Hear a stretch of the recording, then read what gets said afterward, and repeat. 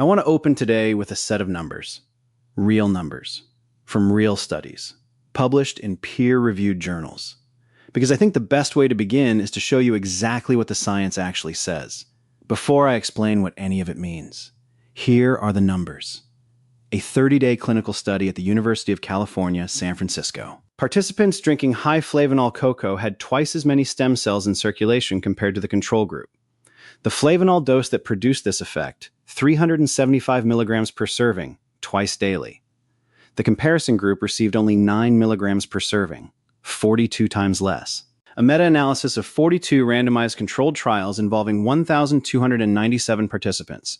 Dark chocolate and cocoa consumption reduced insulin resistance by a HOMA IR score of negative 0.67, improved flow-mediated dilation, a measure of blood vessel health, by 1.34% in chronic use and 3.19% acutely, and reduced diastolic blood pressure by 1.60 millimeters of mercury. A study of 20 healthy subjects consuming dark chocolate containing 860 milligrams of polyphenols significantly decreased DNA damage to mononuclear blood cells exposed to oxidative stress, with results statistically significant at p less than 0.05.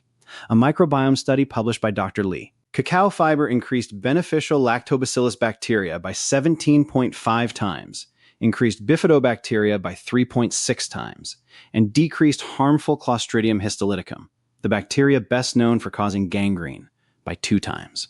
A 12-sample analysis of commercial dark chocolate. Total polyphenol content ranged from 10.55 to 39.82 milligrams per gram, depending on cacao percentage, with antioxidant activity correlating with cacao content at an R-squared value of 0.80. A Mendelian randomization study.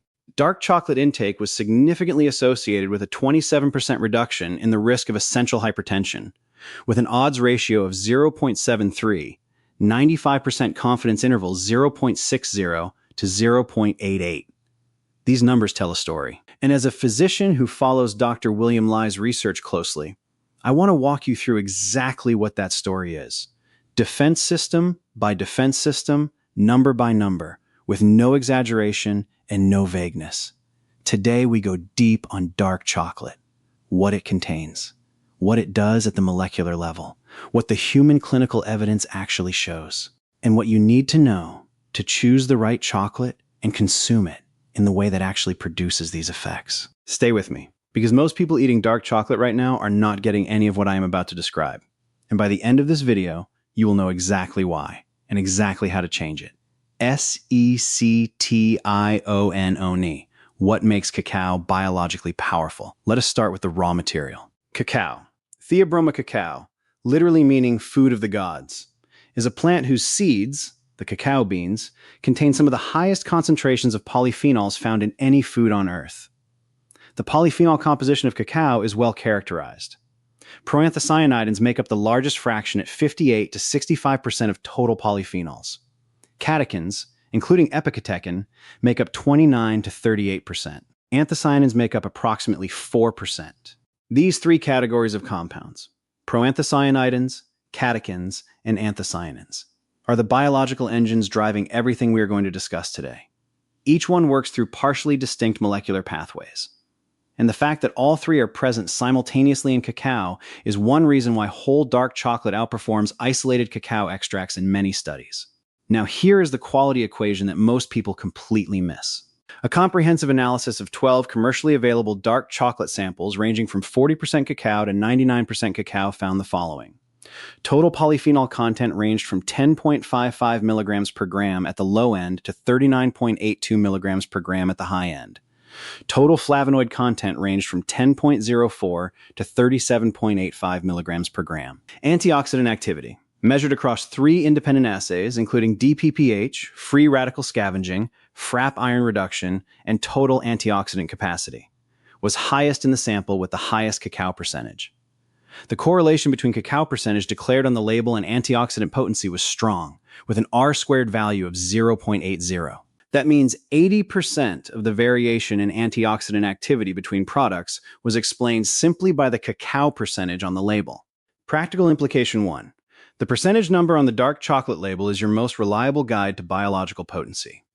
A 90% bar contains measurably more of the compounds we are discussing than an 85% bar. An 85% bar contains measurably more than a 70% bar. 70% is Dr. Lai's stated minimum threshold. Go higher when you can tolerate the bitterness. But here is the variable that the cacao percentage alone cannot tell you. Processing method. When Dr. Lai's own research group tested cocoa powder from 2 different commercial suppliers, both with similar cacao percentages, one sample showed twice the anti-angiogenic potency of the other. Double. Same food category. Double the biologically active effect. The reason. How the cacao was processed after harvest. The standard commercial processing chain, fermentation, roasting, and especially Dutch processing, which uses alkalization to reduce bitterness and darken color, can reduce flavanol content by more than 10-fold compared to minimally processed cacao. 10-fold reduction from the same raw ingredient. What this means practically, Dutch processed or alkalized chocolate on the ingredient label indicates that most of the flavanols have been destroyed in processing. Non-alkalized, minimally processed, or cold-pressed cacao retains its biological activity. Artisan and craft chocolate producers typically disclose their processing methods. When in doubt, choose chocolate where the ingredient list is simple: cacao mass, cacao butter, and minimal sugar, and where Dutch processing is not mentioned, SECTIONTWO, stem cell regeneration, the UCSF numbers. This is the defense system where the dark chocolate research is most clinically compelling. Because the UCSF study did not just show a trend or a correlation. It showed a specific, measurable effect in human patients compared directly to a pharmaceutical benchmark. Here is the full study detail. 16 patients with confirmed coronary artery disease were recruited. They were divided into 2 groups. Both groups drank hot cocoa, made from actual cocoa powder, twice per day for 30 consecutive days. The critical variable was flavanol concentration. Group 1 received hot cocoa containing 9 milligrams of flavanols per serving. Group 2 received hot cocoa containing 375 milligrams of flavanols per serving. That is 42 times more flavanol in what appeared to be the same beverage. At the end of 30 days, blood samples were analyzed and compared to baseline measurements taken at the start. Result 1. Stem cells. The high flavanol group had twice as many circulating angiogenic cells, a category of stem cells responsible for vascular repair and tissue regeneration, compared to the low flavanol group. Not 20% more, not 50% more, double. The researchers additionally noted that this effect size was comparable to that observed from statin drug therapy. Statins are among the most prescribed medications in the world for adults over 50, taken daily by tens of millions of people to reduce cardiovascular risk. High flavanol cocoa produced a comparable stem cell effect in 30 days. Result 2. Blood vessel function.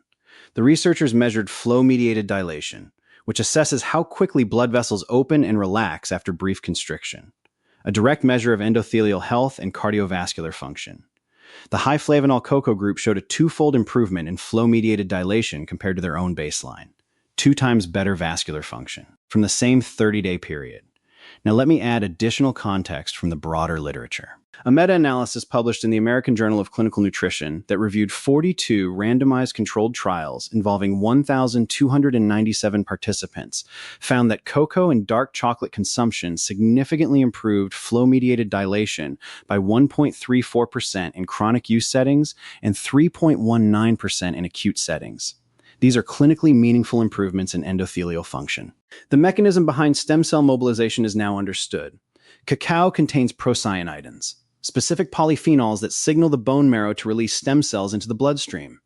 Dr. Lee describes this effect as giving stem cells a workout, mobilizing them out of storage and into active circulation where they can detect and repair damaged tissue throughout the body. With roughly 750,000 stem cells contributing to daily regeneration in a healthy adult body, even a modest increase in circulating numbers translates into meaningfully improved repair capacity. SECTION3, Angiogenesis defense. The UC Davis research separate from the UCSF stem cell study, researchers at the University of California, Davis have demonstrated potent anti-angiogenic activity from cacao procyanidins. Specifically, UC Davis researchers showed that procyanidins in cocoa stop the signals that activate blood vessel cells, including the VEGF pathway, which is the primary molecular mechanism that tumors use to recruit new blood vessels and grow beyond their microscopic, dormant state. Dr. Lai's own laboratory confirmed and extended this finding. When his research group tested cocoa powder from 2 different commercial suppliers for anti-angiogenic activity using pharmaceutical testing protocols, one sample demonstrated twice the anti-angiogenic potency of the other. This finding, that processing quality within the same food category can produce a 2-fold difference in cancer-relevant biological activity, is one of the most practically important findings in Dr. Lai's food research program. The anti-angiogenic compounds in cacao work through a different molecular pathway than EGCG in green tea. EGCG primarily inhibits VEGF receptor signaling. Cacao procyanidins primarily inhibit the downstream activation of blood vessel cells and the expression of pro-angiogenic enzymes, including matrix metalloproteinases. Because they work through complementary mechanisms, consuming both green tea and dark chocolate on the same day is not redundant. It is stacking anti-angiogenic activity from 2 different directions simultaneously. This is the food synergy Dr. Lee describes. And the combination of green tea plus dark chocolate plus cooked tomatoes, 3 foods with documented, mechanistically distinct anti-angiogenic activities, creates what he calls a synergistic effect greater than any single food could produce alone. SECTION4, microbiome, the bacteria numbers. This section contains the numbers that, in my experience sharing Dr. Lai's research, consistently generate the most surprise. A study examining the effect of cacao consumption on gut microbiome composition found the following changes after regular cacao fiber intake. Beneficial Lactobacillus bacteria increased by 17.5 times, not 17.5%, 17.5 times. A 1,650% increase in one of the most important beneficial bacterial genera in human gut health. Beneficial Bifidobacteria increased by 3.6 times. A 260% increase in bacteria associated with immune regulation, reduced inflammation, and improved bowel function. Harmful Clostridium histolyticum decreased by 2 times. A 50% reduction in a pathogenic bacterium associated with intestinal disease. These numbers come directly from Dr. Lai's published writing on cacao health benefits. The source study was conducted by Louisiana State University researchers examining how cacao fiber interacts with gut bacterial populations.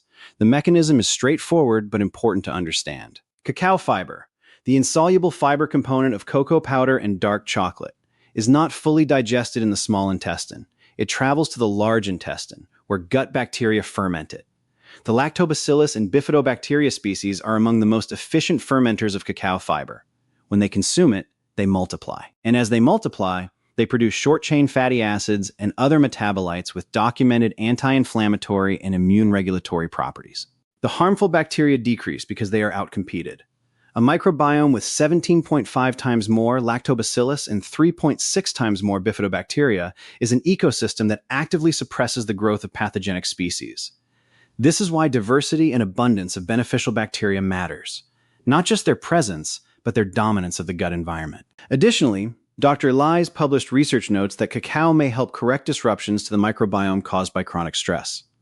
This finding is particularly relevant for adults over 50, for whom chronic stress, from career pressures, health anxieties, family responsibilities, and the physiological stress of hormonal changes, is a common and significant driver of microbiome disruption. Connecting back to the bigger picture, Lactobacillus and Bifidobacteria are the same species that yogurt introduces, and that kiwi promotes at a rate of 35% in 24 hours.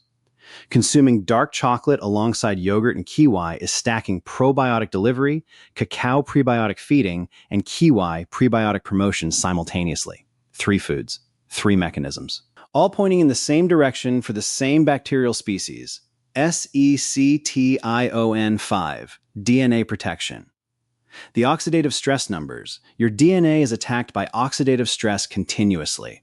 Free radicals, reactive oxygen species generated by normal metabolism, environmental toxins, UV radiation, chronic stress, and poor diet. Damage DNA at a rate that your body must constantly repair. After 50, the efficiency of your DNA repair mechanisms declines. The rate of attack does not. The result is an accumulating deficit of unrepaired damage that, over decades, increases the risk of mutations leading to cancer. Here are the study numbers on dark chocolate and DNA protection. Study 1.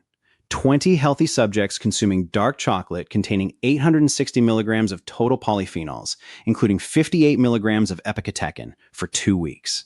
Result? Plasma epicatechin levels rose detectably within 2 hours of consumption, and DNA damage to mononuclear blood cells, white blood cells, was significantly decreased at p less than 0.05. The researchers concluded that dark chocolate improves DNA resistance to oxidative stress in healthy subjects.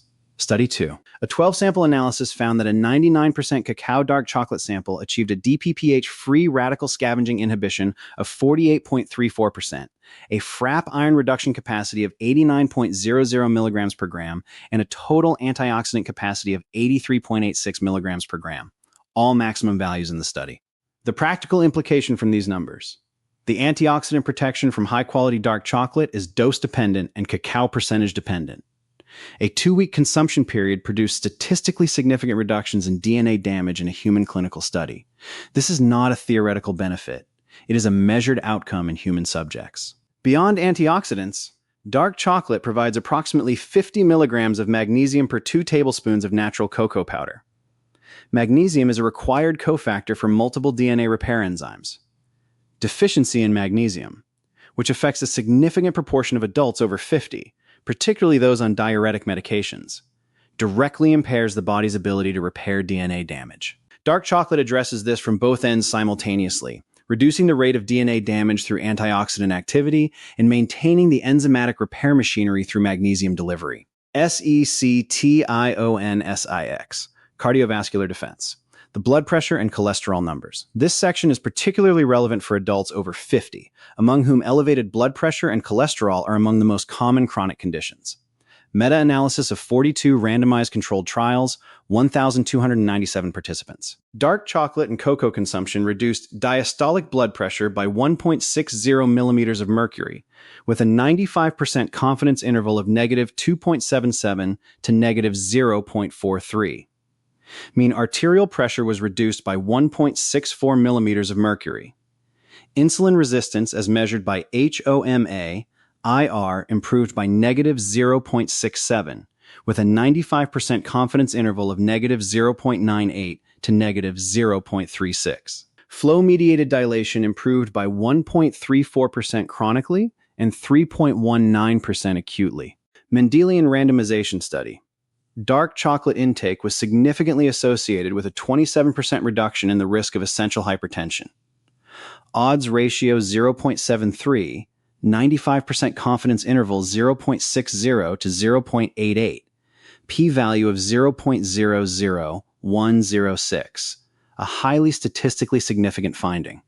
The same study found a suggestive association with reduced risk of venous thromboembolism, odds ratio 0.69. A study of 14,310 Jordanian adults. Dark chocolate intake showed a significant beneficial effect on blood pressure in healthy adults across the population. Additional finding from a Flavanol dose study. Consuming more than 50 milligrams of epicatechin per day. Achievable through approximately 40 grams of 70% dark chocolate. Resulted in significantly greater reductions in both systolic and diastolic blood pressure compared to lower doses. The mechanism connecting these cardiovascular effects to stem cells is now understood. Dark chocolate's procyanidins and catechins stimulate endothelial nitric oxide synthase, the enzyme that produces nitric oxide in blood vessel walls. Nitric oxide is the primary signal for blood vessel, relaxation, and dilation. Higher nitric oxide levels mean lower blood vessel resistance, lower blood pressure, and better circulation. Better circulation means stem cells reach damaged tissues more efficiently. Better circulation means the gut microbiome receives more oxygenated blood. Better circulation means immune cells travel more effectively to sites of infection and cellular abnormality. Every cardiovascular benefit from dark chocolate is also, indirectly, a benefit for every other defense system. This systemic interconnection is what Dr. Lee means when he calls dark chocolate a grand slam food. SECTION 7. How to choose and consume. The practical protocol. Everything I have described today applies only to the right type of dark chocolate, consumed in the right way. This section is where the research becomes actionable. Rule 1. Minimum 70% cacao. This is Dr. Lai's stated threshold.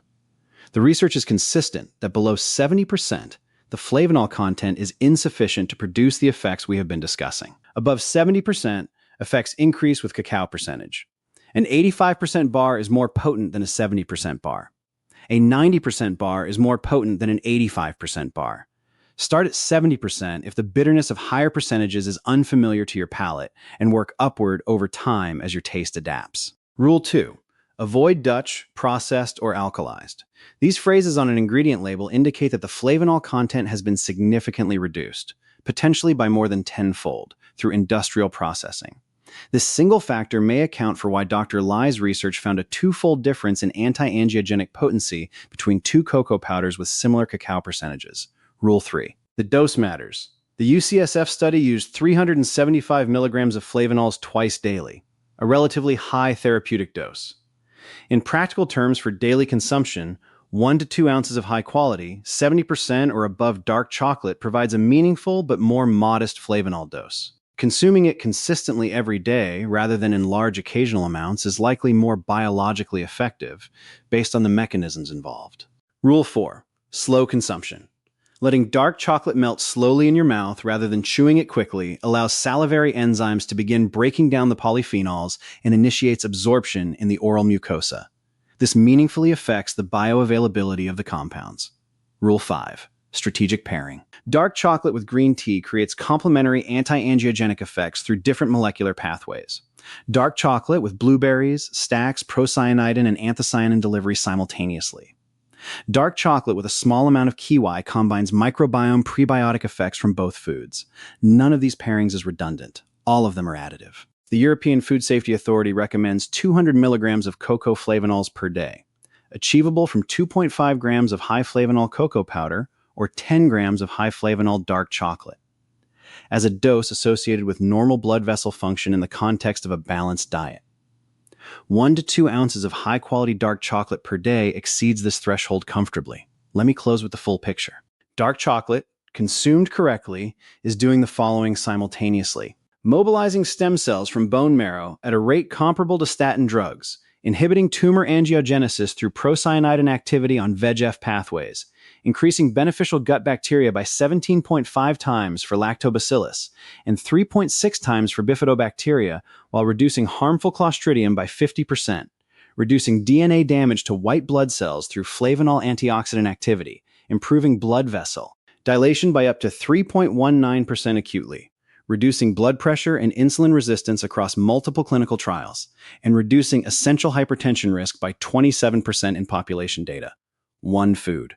1 to 2 ounces per day, 70% cacao or above, minimally processed, consumed slowly. That is the protocol. That is what the numbers support. Tomorrow on Thrive After 50, we cover omega-3 fatty acids, one of the most well-studied nutrients in all of medicine, and one that Dr. Lee identifies as a direct activator of stem cell activity. We are going to look at the specific human studies, the exact weekly amounts that produced measured effects, the difference between salmon and sardines from a bioavailability standpoint, and why the source of your fish matters as much as the species. Subscribe to Thrive After 50 so you do not miss it.